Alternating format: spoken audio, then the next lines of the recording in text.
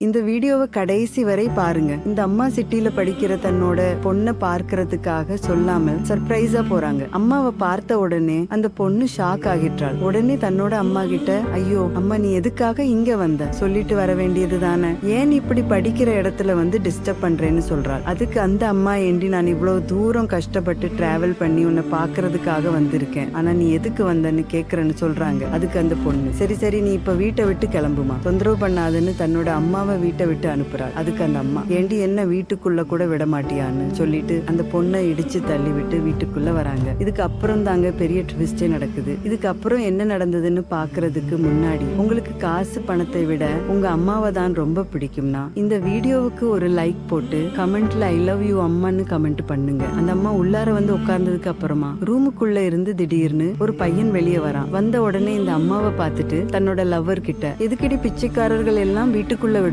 வாசல்லையே சோறு போட்டு அனுப்ப வேண்டியது தானேன்னு சொல்கிறான். அதுக்கு இந்த அம்மா எழுந்து, என்னது நான் பிச்சைக்காரியா, ஏண்டி உன்னை வெயிலையும் மழையிலையும் கஷ்டப்பட்டு படிக்க வச்சா, இவன் கூட தான் ரூம்ல கூத்தடிச்சுக்கிட்டு இருக்கியா, உன்னை என்னோட பொண்ணுன்னு சொல்லவே எனக்கு வெட்கமா இருக்கு, இதெல்லாம் நம்ம ஊர்ல தெரிஞ்சா என்ன நினைப்பாங்க, நம்ம சொந்தக்காரர்கள் எல்லாம் மூஞ்சில காரி துப்புவாங்க, ஏண்டி இப்படி குடும்ப மானத்தை வாங்குறேன்னு சொல்லிட்டு அழுகுறாங்க, திட்டுறாங்க. உடனே அந்த அம்மா தன்னோட பொண்ணு கிட்ட, இனிமே நீ ஒரு நிமிஷம் கூட இங்க இருக்க கூடாது, உடனே ஊருக்கு கிளம்பு, நீ படிச்ச வரைக்கும் போதும்னு சொல்கிறாங்க.